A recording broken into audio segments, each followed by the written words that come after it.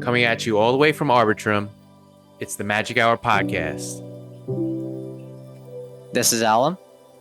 Dionysis and Braiker. Produced by Digital Strategies Guild.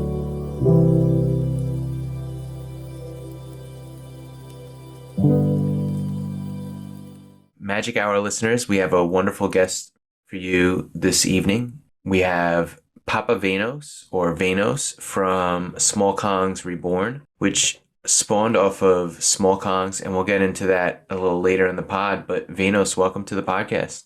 Thank you very much. I'm very excited to be here. I'm happy to be able to share kind of what the project's about with you guys, and then just talk about the Arbitrum Layer 2 blockchain in general. Love it. Love it. So before we get into those topics, first we always like to warm up with a couple of softball questions, if you will. But the first one is, how did you discover Web3 and what drew you into it? So I'd actually been investing in crypto for quite a while, since roughly 2017, and just kind of exploring altcoins and the general idea of the blockchain and kind of what made cryptocurrency kind of continuously become a independent ecosystem from what you see governments providing to their, I guess you could say, their people. Uh-huh. And so kind of as I started exploring the blockchain and jumping into Bitcoin and Ethereum and exploring different altcoins and what they were going to be utilized for, I kind of started to realize that NFTs, when they came out, that they were really going to be the best part of what the blockchain was going to be utilized for. As far as smart contracts being written and being able to tie into NFTs, and the artwork being something that allowed for artists to be able to market themselves in a sense. And for allowing for a different kind of network to be provided as NFTs became more public and people started to kind of buy into that idea of this community that's been created around Web3. That's really what kind of inspired me and kind of drew me into it and made me become more curious, because me as a person personally, I really do enjoy kind of finding out the way that things work. I don't really I don't really like to just understand that something happens because it happens. I like to know why it happens. And so really breaking down what happens in the blockchain and how smart contracts interact and their permanence and the decentralized aspect behind the blockchain, I really enjoyed that. And so that kind of drew me into more of the total idea of what the blockchain potential was. In Web3 in general. That's cool. The potential. Awesome. And I agree with that. And I'm very early adopter of the blockchain as well. But I have to say that your answer to that question is very similar to a lot of answers that we get from other project leaders, who like to really kind of dive in and tinker. What's your background? Are you a software engineer or a developer, or just someone who has a passion for the blockchain? So honestly, it's more, I guess you could say, passion based. My education is actually in computer programming, website design, but career wise, for my day job prior to me jumping kind of full time into Web3, I was a project manager for construction, specializing in plumbing specifically. So I kind of overall knew how to kind of run a team, see how things were moving, and oversee a lot of different aspects. And so as far as that tying into where my education came to play in, that's where my love for Web3 kind of tied together for me, because website design, computer programming in general, when I started to go more project management with construction, I faded kind of out of the field of technology in a sense of web, like programming. So I stopped coding in Python. I stopped kind of participating in those things, and it just kind of provided me a way to re-engage with technology in a sense, and be able to start coding again and working with Solidity and reworking with Python, which is my favorite language to code on. That's kind of where I really got inspired. And so I kind of took a little bit of like a self-inspiration behind the fact of like white hat hacking in a sense, where especially that's where I fell in love with the blockchain, is everything's present on the blockchain. And a lot of it is a very shady space because it can be anonymous and it is decentralized. I really kind of found it interesting that it seemed that it was kind of like the Wild West, as a lot of people seem to kind of credit it. I guess you could say is the Wild West of the internet. You never really know where your funds are going unless you understand what smart contracts or how smart contracts are written and what they're actually stating in the code.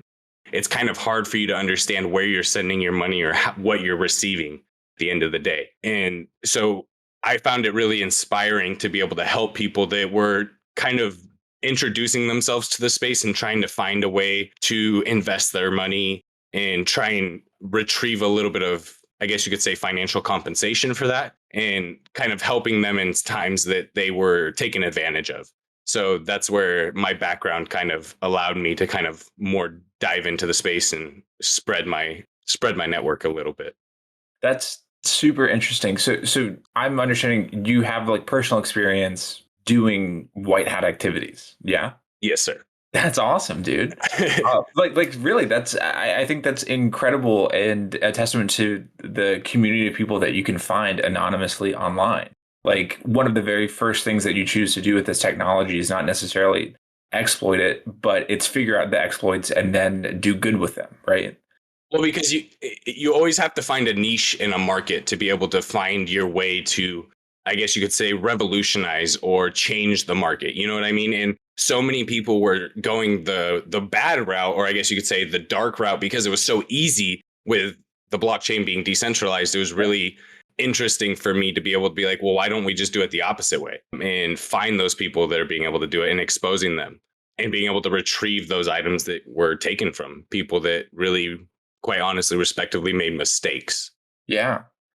No, that makes That's extremely noble. so. We're getting a little bit off topic, but the marketplace hack that happened back in February, were you around for that? Did you witness it? Did you try to participate, or did you participate?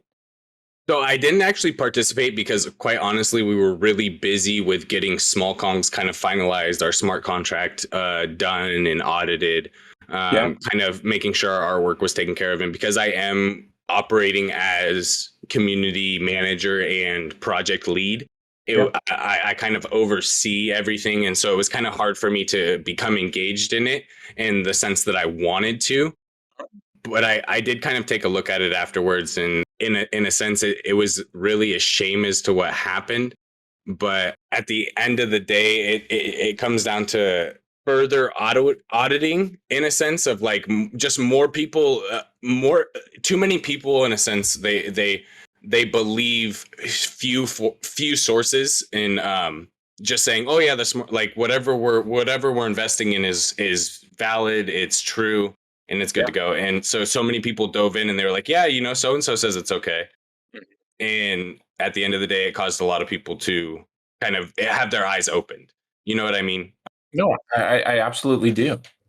No, that makes a lot of sense. I mean, I'm going to be honest. I was one of those people that had blind trust, while also being slightly aware of the risk factors. But I'm not, I guess, as well versed in blockchain language as you might be. But I digress. I did not mean to take us off course.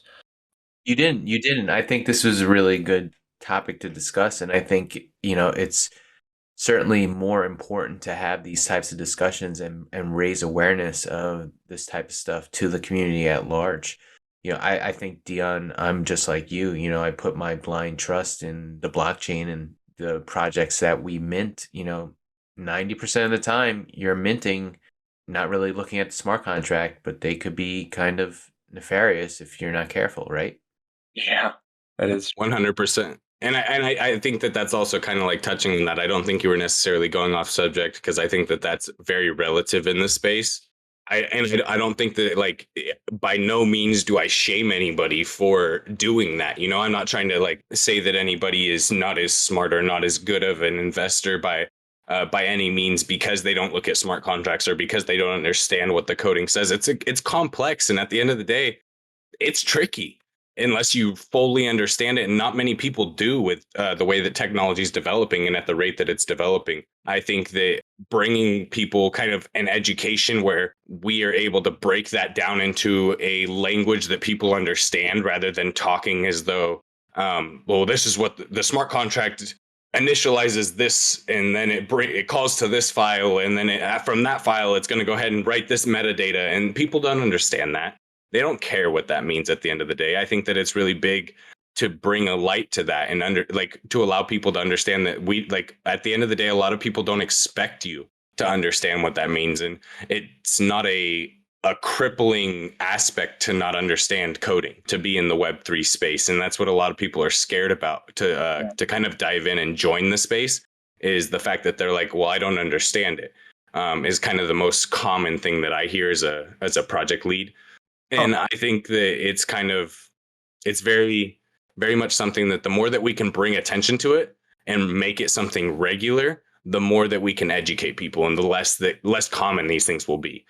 Because you don't see, I mean, the more that people know that crime is happening, or know how crime happens, the less likely crime is to happen, because it's harder to make it occur. But you have to break that down for the general public to be able to understand. That's an interesting analogy, but it makes sense.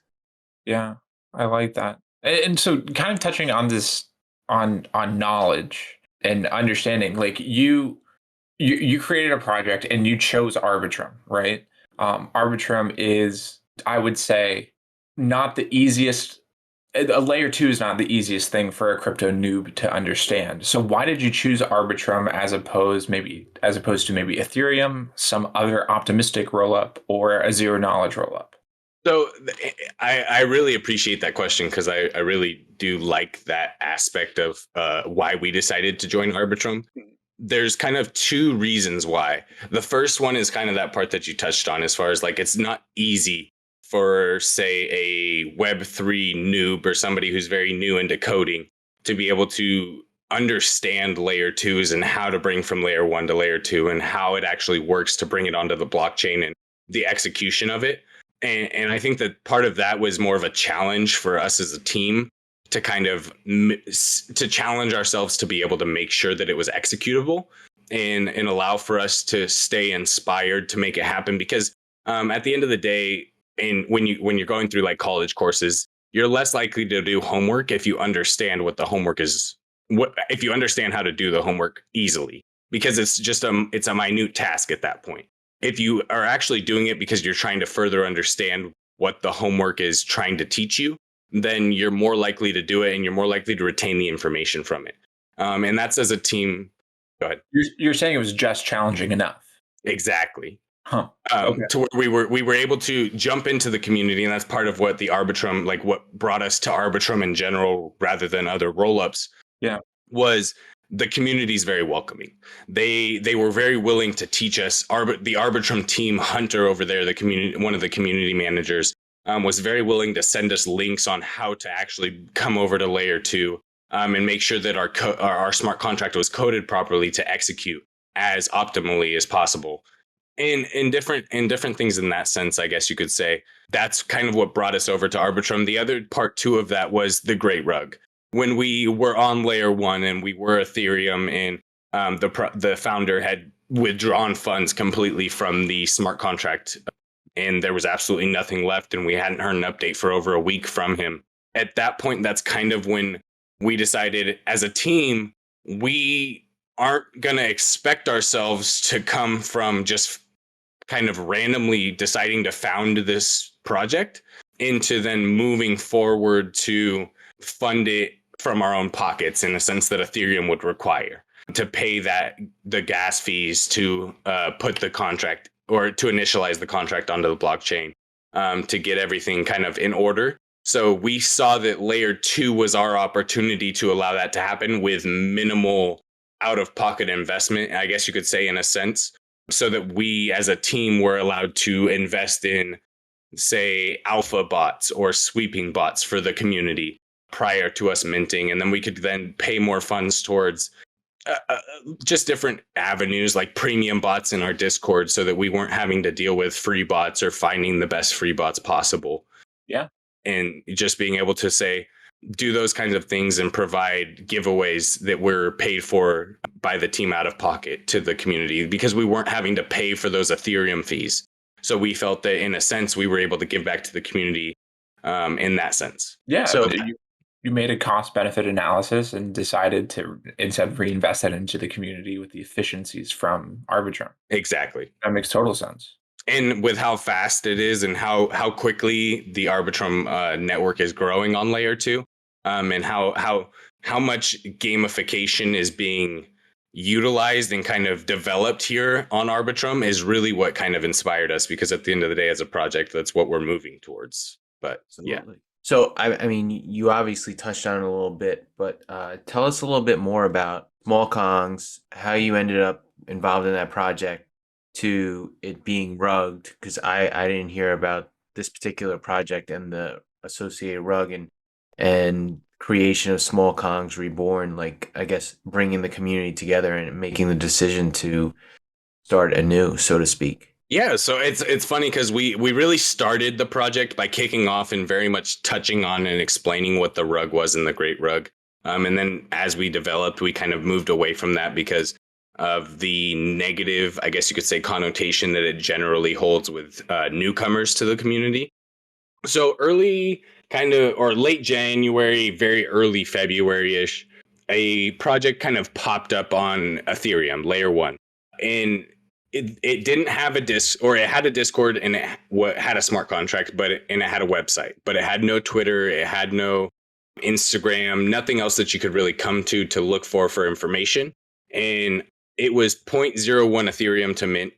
And the founder had initially minted out 5,000 of the first supply of 10,000 to random wallets, but not all of them were random, because one of them was the burner wallet for Gary Vee. There was a couple other influencers that I don't quite remember directly by name that were also had their wallets minted into. And so as soon as people saw that and the bots on Twitter were activated, or I guess you could say that AI was initialized to then post that this project was minting at an extremely fast rate it posted 5,000 within the last hour. A lot of people that were kind of really into getting in early on projects and following those bots kind of clicked on the link, saw the website, and saw that it was only 0.01 to mint and bought a couple. When it started to slow down a little bit, instead of creating a Twitter, because there was absolutely no presence, the founder then would say post in Discord that the next 50 are free on the website. And so people would mint out those 50 really quickly, and then it'd be 0.01. But because people were minting the free one so quickly, and that free to mint meta wasn't so popular quite yet, we sold out within about an hour. And a week went by, and the founders started promoting random people that were active in the Discord to moderators, but never provided any information to anybody. But then launched a second project called Treasures.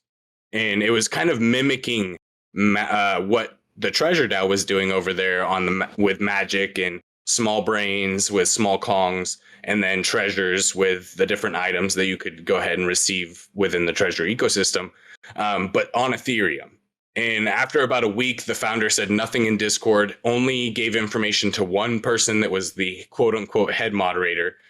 And that person eventually came out to everyone and said, look, I have no information besides what I've told to you guys.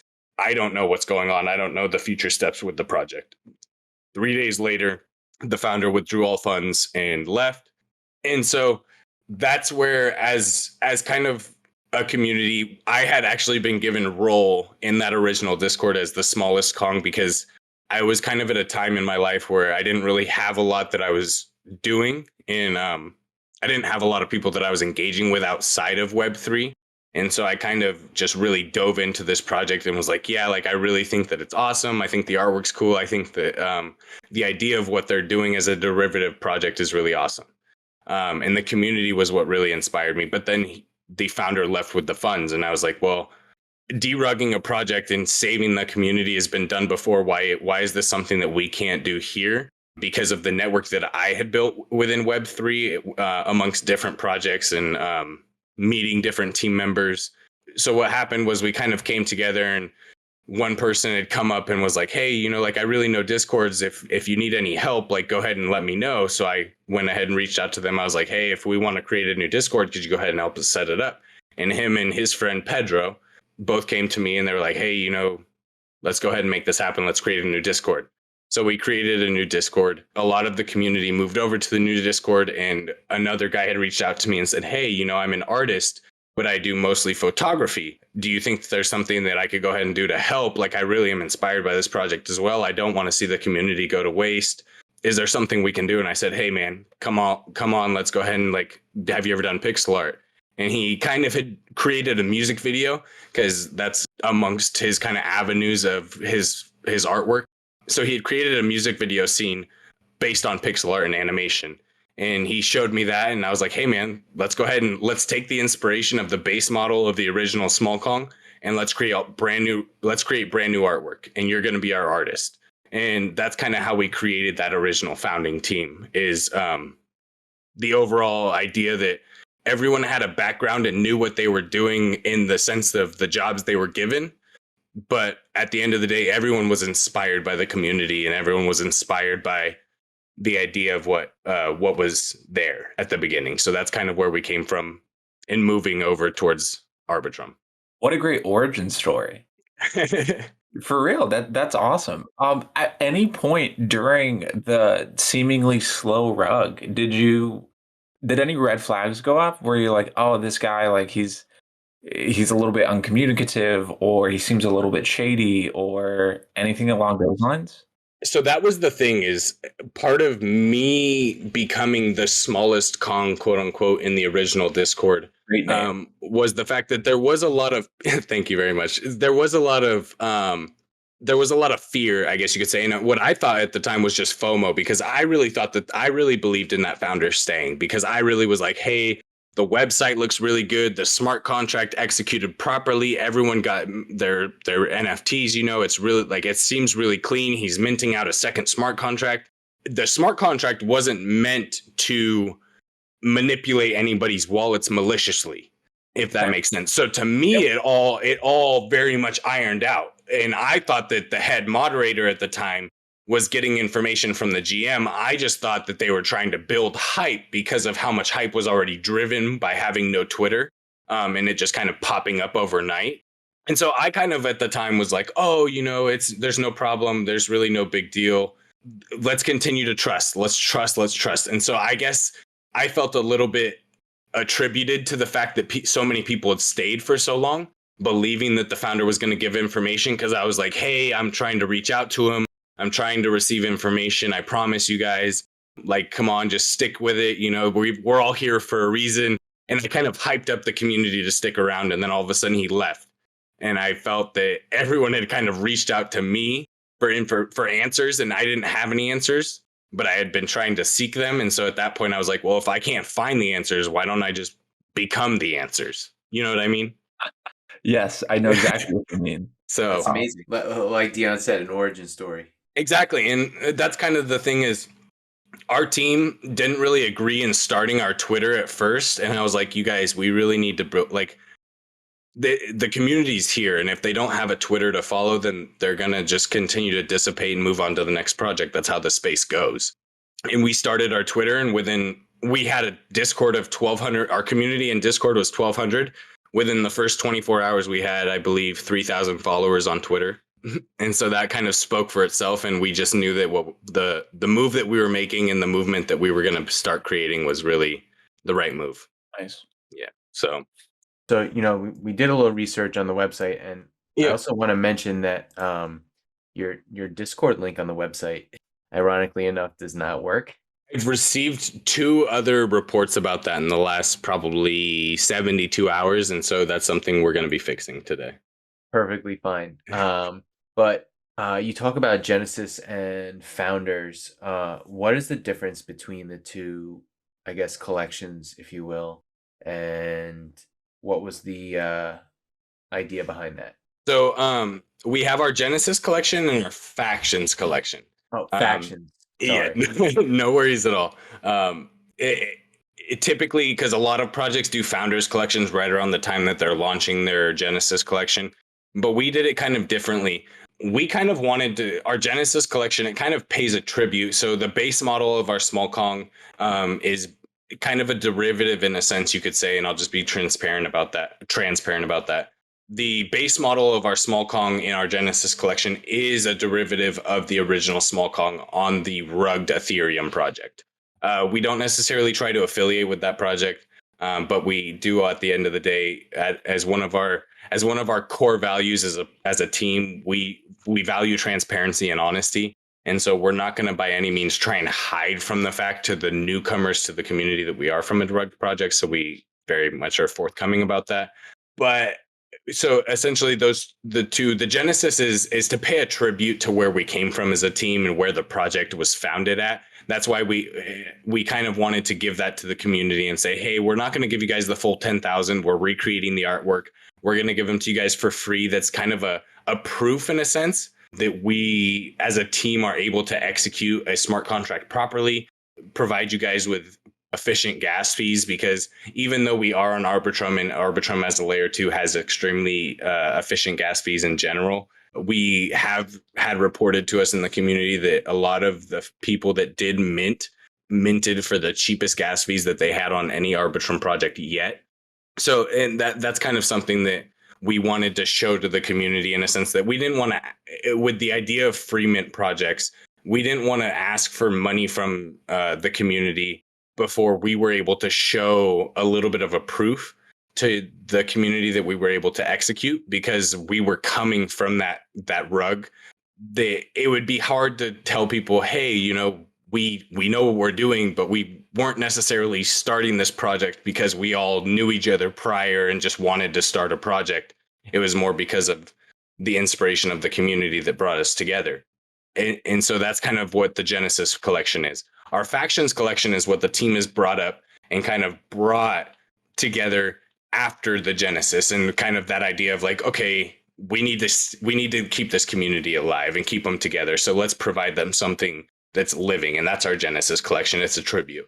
Our factions collection is what you see as like my profile picture now. You'll see is our Twitter profile picture, and as our banner as well.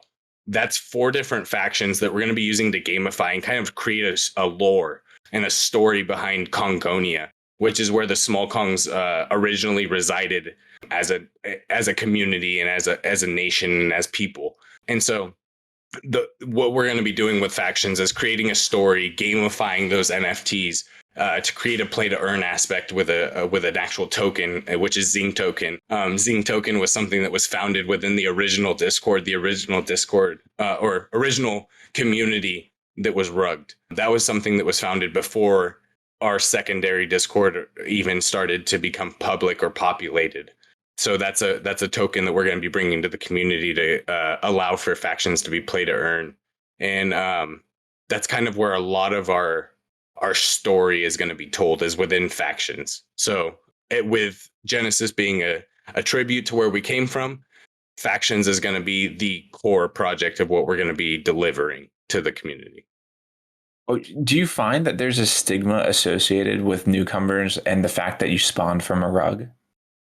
Typically, and that's the funny thing, is typically newcomers don't realize that we did come from a rug. And I think that at first that was one of the things that we wanted to pay an a tribute to.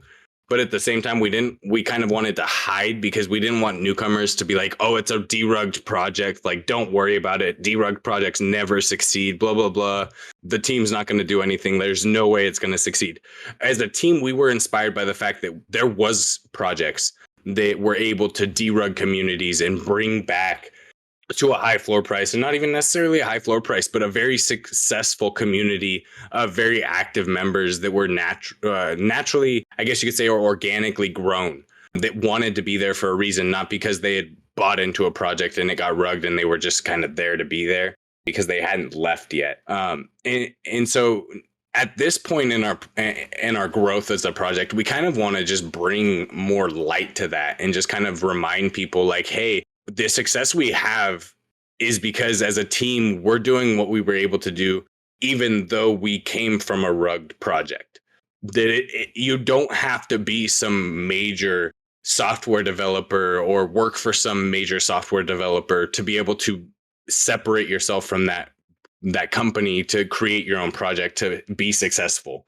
It's more about your views as a team and kind of where you want to take it and what you want to do with it. that's going to drive your success in a sense, if that makes sense. Oh, it does. It definitely makes sense. Just to follow up on the faction, when is the mint date, or where was the mint date recently? Because I know that on your website it said the Genesis collection, I believe, was minting on June 17th.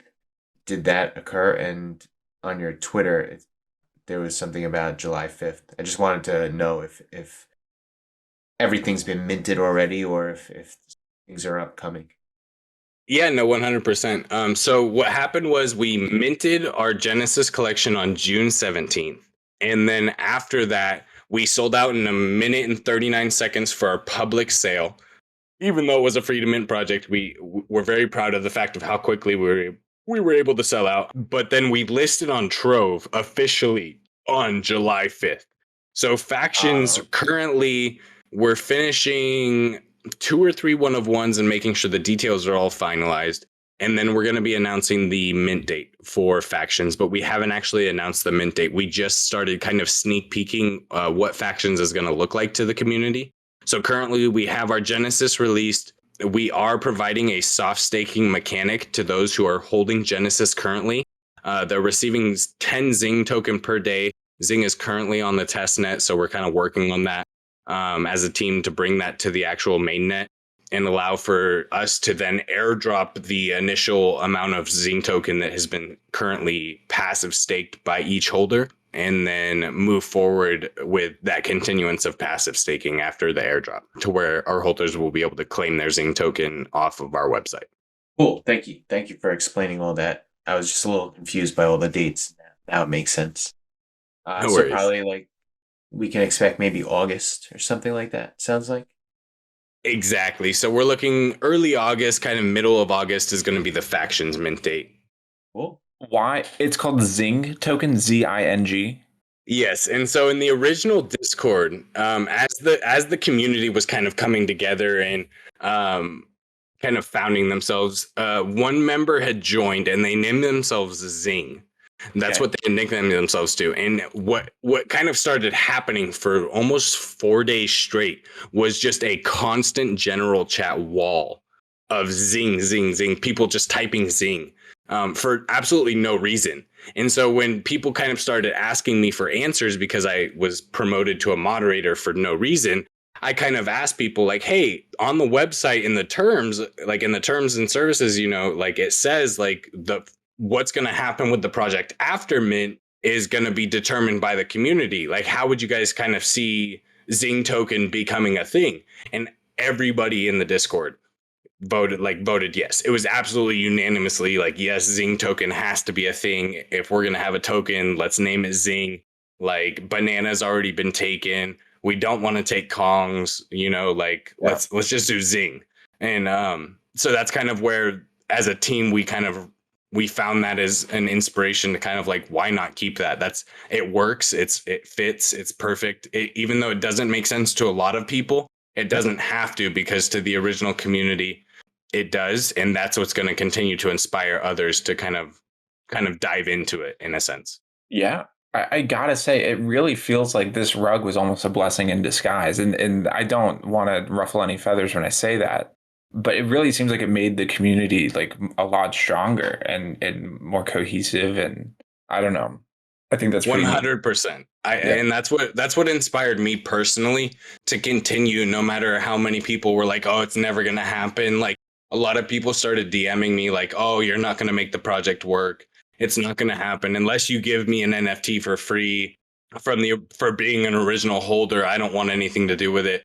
A lot of that, like, because every time I got a DM that said that it wasn't going to work, I also got 50 messages in general chat that said, when can we get some information? When's the new Discord link? Like, when's the new mint date? Where are we going? Like, are we going over to Solana? Are we going to go over to Polygon? Like what's going to happen? And Yeah. that to me was just really, I 100% attribute to the community for us being here. The fact that the team stayed inspired because of that solely. It's really interesting how people attach themselves to communities in Web3 very passionately. It's something that I've noticed a lot in a lot of the projects that I've spoken to or I've met at, I was just recently at NFT NYC and the Cuteverse projects, which consisted of like Axolotls and Chubbyverse and Froyoverse, they were all so like into all their projects, and so many people were just like happy to be a part of it. And it's and I guess this is more just commentary, but it's very, very interesting to see how people kind of like find one or two communities that they really like vibe with, if you will, and just go all in on that. And Dion, I mean, you can correct me if I'm wrong, but I feel like for us, as much as it's treasure, it's also the one. Like I feel Yeah. like we've kind of just we found our community, that one kind of thing, you know. And just Veinos, hearing you talk about what's going on with Smol Kongz Reborn, it seems like it's just the right place, right time for some people, and maybe they need that in their lives, and that's why they're, kind of flocking there. Does that make sense? I might be just rambling. No, 100%. And that's, I guess, kind of like taking that and running with it. I'm going to run for a second. I think that really kind of shows, and it's part of what one as a team we've kind of used as one of our pillars is creating a space where it's really an organically non-paid promotion community that we want everyone to feel that they have a voice. As a team, we have views as where we're taking the project, but at the end of the day, community ideas are always what we're looking for and what we want to listen to. And not only that, but creating a space of education to where we can teach people how to understand smart contracts, and kind of allowing for tutorials to allow people to educate themselves. And I guess kind of touching to something that less goes into that is a little bit more of like the mental health aspect of the space, and understanding that those few communities that people really do connect to, they might connect to for a very specific reason that they don't find within their web 2 lives. And so they might really find that fulfillment within that web 3 community, and that's why they engage so heavily, and they're so willing to invest in that because they find so much fulfillment in themselves through that community. And I think that that's really, really big and very underlooked at for a lot of projects. I think it's super important to have a community and be active and have people want to be a part of it. If it's one thing to just have a free mint and mint out, but if you don't have any community behind it, you're gonna kind of die on the vine, so to speak. Whereas if there's the community there before the mint even happens, then I think you're gonna tell a different story. So I think it's extremely important that that is a feature of this, and I think it's actually like a characteristic of Web3, right? We Web3, the way the blockchain works, feels almost natural to community building, right? Because we're all equals on the blockchain, so to speak. 100%. And I think that that's really what's really cool about it and allows for like a lot of networking potential is at the end of the day, we all are a blank face. You are whatever your profile states you are. And at the end of the day, it doesn't, people look at how many followers you may have on Twitter, this, that, or the other, what your wallet holds as far as NFTs go. But it really allows for a complete reset as a person to allow yourself to kind of share your ideas. And not only that, but share your knowledge to people that you never really thought you would. And I think that that's something that I spoke about really early in the project that really inspired me in the space of Web3 was the fact that if you go to a seminar to hear kind of an inspirational speaker or to hear information about a new technology, you're only ever really going to hear or meet and network with the people within a greater general area of your physical land. Say 200 miles, 300 miles, besides those who fly in from 600, 700, 800 miles away that are very invested, those are very few and far between. In Web3, in Twitter spaces and Discord channels, that is completely eliminated. And you find people where I've met people from Fiji, I've met people from the UK, I've met people from Asia, I've met people from up in Russia, people on our team are down in Brazil and the Philippines. People that I never would have thought that I would have spoken to and met on a very personal level, I'm now working with in what is a successful and developing brand in the space and very real that people don't understand never would have been doable if you would have ever had only those contacts within that direct 300 to 600 mile radius of that direct location that you guys went to that seminar to network for. Those networking potentials expand exponentially in the amount of knowledge that you're able to absorb for free, because people are willing to share it in the space because the community is so engaged and so open with kind of sharing that information. It's really inspiring. You know what I mean? I could talk for hours about that alone, but like, to me, that's what's really been kind of awesome, is that base ground of people. Like, it doesn't matter where you live. If your information makes sense and you're willing to share it, then people are willing to listen. For sure. I mean, I guess the only challenge is the time zone thing, especially in what we do with this podcast. You know, sometimes we have to do like an early morning recording for people who are in Asia, or maybe an afternoon recording for people who are in Europe. So I understand what you're talking about. You know, I've networked with so many different people all across the world. Dion, I'm sure you have as well. Yeah. But, you know, you're absolutely right. I think it's totally awesome. You know, when I tell people that I'm talking with people in Singapore and Europe and all these different places, they're like, wow, you know. But again, it's just a little challenging with the time zones. You know, I guess there's nothing we can ever really do about that, but it is what it is. The original Smol Kongz, those were an ERC 721A project. 721A. I can't believe it's 721. Jeez. I'm naive to some things in the blockchain. I'm not that naive. No worries. Does the Smol Kongz Reborn carry on that feature? And also, could you explain to me what that feature is? What does the A add? So when putting the A a little bit, it's because the original Smol Kongz contract was based off of the Azuki smart contract. Oh, interesting. Okay. And so that was developed to optimize gas fees, and that's what really allowed for a lot of people to look at the smart contract and say, "Oh my God, like, this is going to be the next big thing," because it took the hype that was a derivative of small brains, because it was right around the time that small brains kind of blew up. But it also took the idea that Azuki created a very gas efficient smart contract, and it took those two and combined them to a derivative on layer one that was not the same network as small brains, but was also not the same artwork as Azuki. You know what I mean? I do. And so it seemed very very well educated. It was very intelligently executed, I guess you could say, at the end of the day.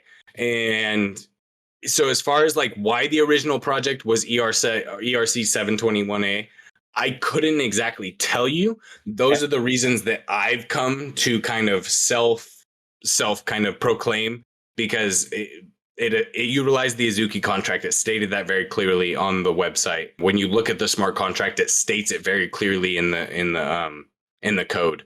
It's very blatant, but it looks as though almost the founder kind of, when you take the time to go through and actually do your own research on the project, as you should before you mint a project, it looks almost copy and pasted. It's kind of like the founder took Azuki's smart contract and like they copied someone else's homework. They just kind of changed a few minor things to make it seem unique, and then posted it and allowed people to mint off of it. So it utilized that gas efficiency. But as far as like the ERC 721, that's kind of where it goes. We were never really able to get a response from the founder as a team, no matter how much I reached out to him. So we were never able to gain access to that smart contract or able to do anything with the tokens that people had minted. I still hold some in my current wallet on layer one. So I as far as that goes, we don't really plan on taking that anywhere. We're taking what we have with our Genesis and our factions, and what you guys have possibly seen on our Twitter with the voxel Smol Kongz that we're animating and rigging. That's kind of where we're moving with the project, away from anything affiliated with that original layer one. That makes sense. Yeah. And Dion, I'm surprised you hadn't heard of the ERC 721A. I thought that was like kind of like a big deal. But then again, maybe I'm Thanks. just no. I mean, I guess maybe it's just because I'm in Azuki that I kind of, or I own an Azuki, I should say, that I was very familiar with it because I remember that was when they were minting, that was like a really big deal. The fact that they had really optimized the gas contract. Yeah. Everyone was the entire Ethereum community was like, "Oh my God, there's no way Azuki got that efficient of gas fees with how hyped it was." So Got it. So he stole essentially the brand name of Smol, and then also the hype underpinnings of the Azuki contract. yep, but because Arbitrum hadn't gained as much hype, Arbitrum was based around Freedom Mint projects. He took the project to layer one Ethereum because it was the most direct way for him to profit if he was going to rug the project. Which, when looking back at it, hindsight 2020, Yeah. you can 100% see why he did what he did, and that's why I say it was very intelligently executed. We've actually found the personal Twitter, after my own research, I found the personal Twitter of the original founder who rugged us. Oh, no way. Yeah, 100%. I know exactly what his personal wallet is after he tornadoed all the funds, this, that, and the other. But we're not really willing to publicly expose that Sure. because we don't really want to blame him for what he did. At the end of the day, like, yeah, that would be wonderful, but how much good would it do? You know what I mean? In general, we're successful and we're happy with what we've been able to do. There's no point in us bringing him any more public acknowledgement than he needs. Yeah, no, I totally understand. I think that is the right thing to do in the end, Everyone knows he's a bad person. You don't need to, I guess, like publicly shame them. Right. Maybe that's the wrong word. No, that's exactly the way we look at it. Yeah, it's a good sentiment. Sure. It's just kind of like the idea of being the bigger person. We're like, well, he did what he did. He's wrong for it. We found him, but we can't turn him into the cops, and they're not going to do it. If we turn him into the cops, they're not going to do anything. So at the end of the day, why give him more acknowledgement? Yeah, that's a good point. Imagine explaining that to a police officer. This monkey picture. Yeah. But the community. Yeah. We were talking about this before, the whole idea of being good actors in the space and making sure you understand what you're getting yourself into with minting and these different smart contracts. Do you intend to have the factions contracts audited before the mint? Yes, so our Genesis contracts, we actually posted them publicly. So we posted them on Arbitrum, and then we posted the Arbiscan link to the smart contract publicly on our Twitter to the community for I believe it was 24 hours for Genesis before our actual mint took place. So that anybody who actually understood smart contracts and how to read them was able to self-audit them, and that way able to kind of understand, like, hey, like, maybe I want to share some information of something that I might see being suspicious. Like, by no means were we trying to hide it and cause for people that were FOMOing in to the project possibly to mint on a potentially malicious smart contract. And so that's why we really did want to make sure that we posted it publicly for our Genesis. For our factions, we plan on actually having it audited by a third party, as well as we're going to kind of follow that same principle as the first one, but actually probably make it 48 hours instead of 24 for the public announcement of the smart contract. So people will be able to look at it, which we understand allows for a sense of those who create bots to be able to kind of look at the smart contract and then code their bots as they need to manipulate the smart contract. But at the end of the day, we trust our developers to be able to work around that to minimize the amount of botting on our mints for that. And that's going to also be kind of minimized by the idea of it being a pay to mint for our factions collection. So this one is going to cost some magic or some Ethereum? So it's going to cost Ethereum on the Arbitrum blockchain. But at the end of the day, what we're doing is we're taking a portion of the funds from our mint And we're investing that directly into Magic. And what we're doing is we're going to create a community liquidity pool of Magic token that Zing will be able to then be exchanged for. So people will be able to use their Zing to say utilize within game, use to receive discounts on merchandise that we're going to be launching, or as far as our lore that we were telling you, as far as like explaining the lands of Congonia and how factions came to be, and how our Genesis Smol Kongz are actually the founding fathers of the factions, and how the factions are the armies of the founding nations of Congonia.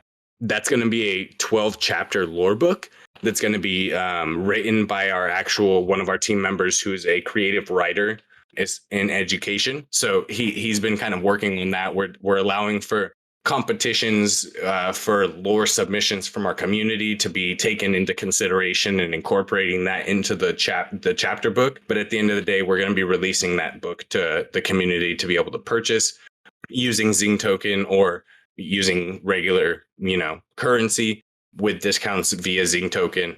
But that otherwise exchanging that Zing token for Magic. Do you have a target min price kind of? Yes. Brand?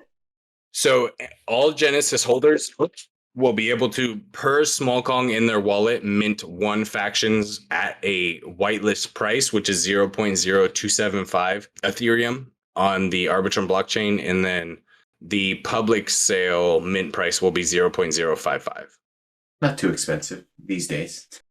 And that's kind of like as the market has gone to fluctuate the way it has, we see that at the end of the day, considering the way that we are planning to fund the salaries of the team and furthermore allow for the project to develop, the money we're requesting very much makes sense for the startup that we're going to be developing. So when I say salaries for the team, the way that we plan to structure the funds from our payment to pay those team members isn't as though you see a lot of general, or I guess you could say popular funding methods. So everyone on our team has agreed that when they receive, say, 10 ETH for their work that they've provided on the project, they're taking that 10 Ethereum as a salary bi-weekly for the next year's time that we're going to be putting into a vault that's transferred from Ethereum over to a stable coin, and then paying our team bi-weekly based off of that value in USD, whatever Ethereum is at that time. So if they're taking 10 Ethereum, say it's $2,000 or $1,000 at the time of our mint, they'll take $10,000 over the next year, every other week, that will promise the community that they will continue to work on developing the project rather than running away with those funds. If they decide to leave the team early because they don't see it, say, being beneficial to them anymore, they're no longer inspired by the work, they're then forfeiting the remainder of their Ethereum to the community and then walking away from the team. So they're not able to take the remainder of their 10 ETH and say, I'm out of here 6 months into it. They're saying, I'm only taking 5 of my ETH. I'm okay giving 5 ETH back because I'm only staying here for half of that first year's time that I promised to the community to develop this project. Kind of like a vesting schedule. Exactly. Cool. Love it. I think you have a very well thought out plan there. Speaking of which, Dion, you want to take this next one? Yeah. So what's in your roadmap? Can you give us a brief explanation or rundown of what you have in store for the future? Yeah, so of course, our near future, we have our factions collection coming out. We kind of originally wanted to take inspiration from the Avatar, The Last Airbender for that, and that's why we created 4 factions. Originally, it was going to be the Earth faction, the Air faction, the Water faction, the Fire faction. And then we realized that was kind of probably a little too cliche. And that kind of limited us to our future inclusions into that lore story. And so just a little bit, I guess, of some information that we haven't quite publicly shared to people. The reason that we've chosen the 4 factions we did, we're actually choosing rare stones. So we have ruby, we have opal, we have sapphire, and we have emerald currently. And so the reason we chose rare stones is because we can later add in future factions. that will be other rare stones and allow for us to utilize those colors to distinguish those factions away from each other. It's kind of like fur colors, you know what I mean? That will allow for the community to then choose factions within our community to kind of to utilize in a sense, and that will allow us to kind of further tell the story. As far as that goes, our factions are going to be utilized in a game. So our gamification, what we're currently going to be looking at is something a little in the sense of like a tower defense game that will be able to be utilized in play to earn. Almost if you've ever played Bloons Tower Defense on Miniclip I love or that game. I love yes. that game. So So we're going to be doing that with our factions and Smol Kongz and trying to develop that and make that kind of a play to earn thing that the community and holders will be able to utilize to earn Zing token, which will then be exchanged for magic token. That's awesome. Yeah. And so we're looking to, so that's kind of, in a sense, our roadmap. The funds that we're bringing from our factions mint, we're using to finalize the, I guess you could say, AAA game developers.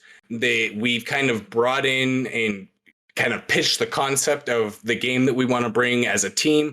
Because I've worked in Epic Games Engine a little bit myself, but not, or Unreal, I guess you could say, a little bit, but not enough to really develop the game we're looking for. So what we're going to be doing is, as a team, we've kind of been developing what we can as far as models, this, that, and the other, to then bring to this AAA team, and then using those funds to pay that team to finalize the game, and then using our Web3 developer to then incorporate the pay to earn on Arbitrum into that game that's going to be AAA developed, utilizing our Smol Kongz factions collection. And so that's kind of going to be where our funds are going, in a sense, to just be completely transparent and allowing us to completely capitalize on that sense of the gamification and the reason why Arbitrum is the perfect layer 2 solution for gamification, you know.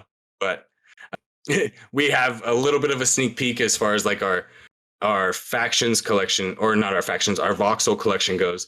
That first and primary, when our factions collection mints out, we're going to be purchasing an NFT worlds and developing the NFT worlds and allowing for our voxels to be imported into NFT worlds to be utilized, as well as Sandbox. They are actually created within the Sandbox engine that allows, or the voxel engine that imports directly into Sandbox. So when we do release them, holders will be able to have full access to the OBJ file, the Vox file, and everything else of the sort, including the FBX for all animations, this, that, and the other, and rigging to be able to just import them into the game and play using, whether it be in our NFT worlds or in the general Sandbox metaverse. You know what I mean? yeah, I do. it's pretty cool.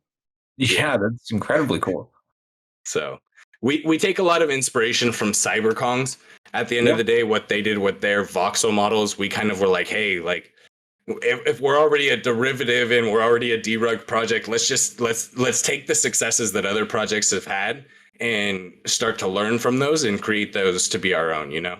Yeah, I think that's a really great way to build something that people want, right? Like, you already kind of have a general blueprint. You can, right, great artists steal. You can steal from the projects that are successful and you can make it your own. Exactly. So that's kind of just where we're at. If you if you want to move on to your next question, I'm sorry for moving on with a tangent on that as far as the roadmap goes, but that's kind of like gamification. We have some music that's been posted on Spotify with official artists, that we have our own Spotify for. We plan on launching to our Genesis holders that will be able to be purchased with Zing token, actual physical vinyl records that we'll be doing our own artwork on the vinyl records for, that will also have our own published music on, that we completely do in-house with our own team, our own artist, our own sound producing. It's honestly kind of one of those cool things that, as far as our multimedia branding goes, that we're trying to create. Awesome. That's really cool. I think you have a very kind of diverse roadmap. It sounds very interesting, and I really like kind of your whole approach, not just to the Smol Kongz Reborn, but to how you interact with the blockchain and Web3 in general. And this has been a wonderful conversation. And I think for my last question, I think this is kind of an appropriate question for what we've been discussing this entire time. But since you're like a self-proclaimed white hat, so to speak, do you have any other plans to do more good for the blockchain beyond Smol Kongz Reborn or in association with Smol Kongz Reborn? Yeah, so as far as the white hat hacking goes, I personally have been trying to kind of see, and I guess you could say like white hat hacking is very like a loose term for those that don't fully understand it. But I have been trying to find out how I can incorporate those benefits to our holders further than just my general counseling. Because at the end of the day, anybody in our Discord, I always tell it, and I'm very public about it. They can always DM me. You guys can. At the end of the day, I trust in my ability to not click on malicious, say links, this, that, or the other. I have all my securities put up to where if somebody reaches out to me in general chat and they say, hey, look, I really need some kind of like private counseling, can you go ahead and DM me? I will not DM you first. You can go ahead and reach out to me, and I'd be happy to interact in a conversation. But as far as further incorporating to our holders, we're trying to find a way to more educate directly our holders. So what we're going to be planning on doing is hosting kind of, in a sense, a little bit of a podcast that we plan on actually calling our Smol Kongz cast to our community on a bi-weekly basis, to where we kind of allow for people to come in and ask questions, or allow the community over those 2 weeks to ask questions of some things that they might have as far as security goes, or bridging over red flags to look for as far as like minting projects and how to best keep their wallet secure and their funds secure when they're going through this investment adventure that Web3 is, and allowing for that education to happen. I also am very good friends with somebody or the person who's one of the founders of Bored Security or Boring Security. I don't know if you guys know who that is. Boring Security. He's a Bored Ape founder, or a Bored Ape holder, sorry. But he is very big on security. So what he has done is he's created an actual NFT collection based around a class that he's created. So he's creating, like, he has like a 100 class. He's doing a 200 class that comes out in August, actually. And then in December, he's coming out with the 300 class. And each class, so you have to attend the 100 class, and then you receive a free NFT that shows that you attended the class, which teaches 100% basic security as far as wallets and smart contracts go. It's about an hour and a half class. You have to attend and pass the test at the end of the class to receive the NFT for free. You cannot purchase them off secondary. They're soul bound, essentially, as kind of being a World of Warcraft and MMO player, the way that I look at them. Yeah. But they're non-transferable NFTs.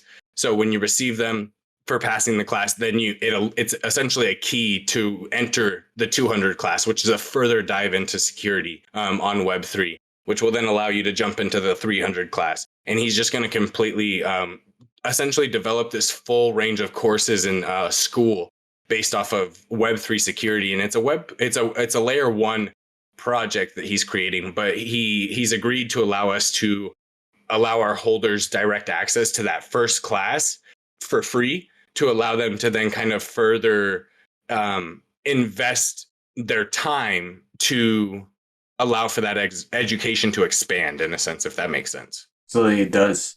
Yeah, that's really interesting. I'm definitely going to look into this. I think that's really cool that this gentleman or lady, I guess I shouldn't assume anything, is doing that. And I mean, that sounds pretty awesome. And what you're doing with this kind of Q&A weekly podcast, Smol Kongz cast, I think is really awesome too, because I find that people do need that type of information, or might be too afraid to ask about it. 100%. But it's hard for, without being extremely redundant, it's difficult to provide that information to people. That's why we plan on having that kind of bi-weekly Smol Kongz cast, or the Kongz cast, I guess you could say, to kind of allow people to ask questions. But more than that, kind of allowing for people, and this isn't for holders specifically, but just allowing those who come into the community to have access to, I guess you could say, the tutorials that we'll be creating. So we have a couple YouTube tutorials that we're finalizing the editing on, as far as bridging over securely to Arbitrum, specifically purchasing magics securely, specifically. We have one more tutorial that we're going to be releasing that's specifically on what to look for as far as red flags go in smart contracts, because when you look on YouTube, it's hard to find a very clear, outlined, straightforward video on red flags to look for in smart contracts specifically. It's kind of like a bullet point checklist that you can kind of refer to. So that's kind of something that we're planning to provide, but that's not something that we're gating towards our holders. We're going to provide that to the overall community, because that's something that we feel that shouldn't be kept to those that are willing to say financially compensate us. We really just want that to be kind of general information totally. And that's what it should be, for sure. I think that would help out a lot of people. 100%. Well, Veinos, this was a wonderful time speaking with you. In keeping with our moniker, name of our podcast, we try to keep it to around an hour. So we appreciate you coming on the pod and telling us all about not just Smol Kongz Reborn, but your experience and how you've approached the blockchain. It's very refreshing, I have to say. Not that others are like you, but you definitely have a good head on your shoulders. I appreciate that. I'm sure Dionysus, and I don't want to speak for you, Dionysus, but I'm sure you appreciate that as well. But again, thanks for joining us. No, Go ahead. It was great to have you on. Before you get to say thanks, was there anything about the project that we didn't cover or ask you about that you want to end with? So no, because we touched on our gamification. We touched on the voxel models, which we'll be releasing sneak peeks of in the coming days. We just kind of want to focus on our factions, as factions is going to be coming, and voxel will be coming after factions. We touched on the vinyl records. We touched on the lore book. We do plan on having published comic books available amongst our merchandise. So, and it seems like we do have a very diverse roadmap. But at the end of the day, with how easy today's technology has made it to be able to create merchandise and make it, say, dropship or print to order, so that another company completely handles your ordering and your shipping and your warehousing and all that, and you don't really worry about a lot of that. There's no reason to not provide that to those who want it. And so we are creating physical merchandise. I have a friend who's actually in 3D printing development that we're going to be printing our voxel models 3D physically to people who want to hold an actual voxel Smol Kongz on their desks, say, as a paperweight, or possibly action figures. We plan on having, like I said, the comic books that we're going to be publishing, as well as our 12-chapter lore book, and just kind of focusing on utilizing the technology that Web3 is brought to us. That's kind of about it. I really, with that being said, I really thank you guys for allowing me to come kind of share the team's vision and my vision for the potential that Web3 holds, and the absolute open-mindedness that Arbitrum has allowed us to kind of execute this project with. Because if we were on layer one, there's no way that we would be able to execute every single branch of our roadmap in the quality that we're trying to. But when we come over to Arbitrum, it's 100% feasible. And not only that, but we are able to find those community members who are open enough to help us if there is a time that we come to having a question that we need help on, resolving. So thank you guys very much. I really appreciate you guys giving me this time. I know we took an hour and a half of the time, but thank you very much. It's all good. If we go over, that's okay.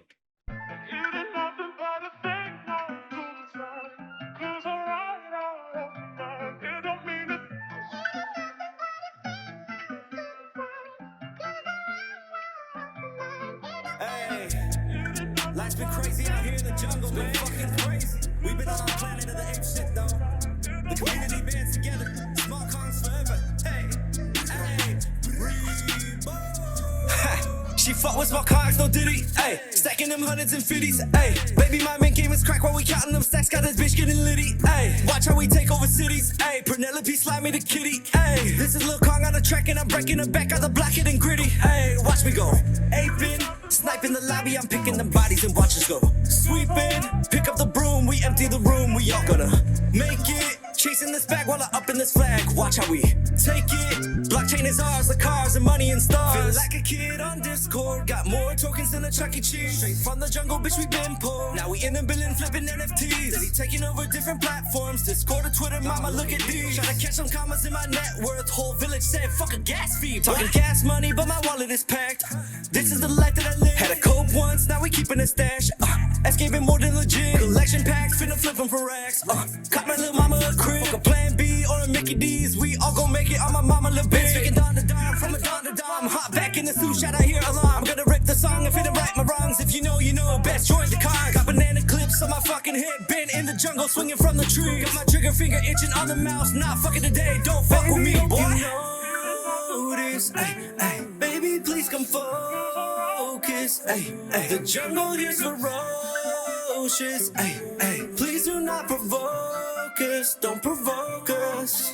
Feel like a kid on Discord. Got more tokens than a Chuck E. Cheese. Straight from the jungle, bitch, we been poor. Now we in the billion flipping NFTs. Steady taking over different platforms. Discord or Twitter, mama, look at these. Tryna catch some commas in my net worth. Whole village said, fuck a gas fee. Talking gas money, but my wallet is packed. This is the life that I live. Had a cope once, now we keeping a stash. Escaping more than legit. Collection packs, finna flip them for racks. Caught my little mama a crib. Fuck a plan B or a Mickey D's. We all gon' make it on my mama, little watch me go. Aping, sniping the lobby, I'm picking them bodies and watch us go. Sweeping, pick up the broom, we empty the room, we all gonna make it. Chasing this bag while I up in this flag. Watch how we take it. Blockchain is ours, the cars and money and stars. You know this, baby, please come focus. The jungle here's ferocious. Please do not provoke us. Don't provoke us.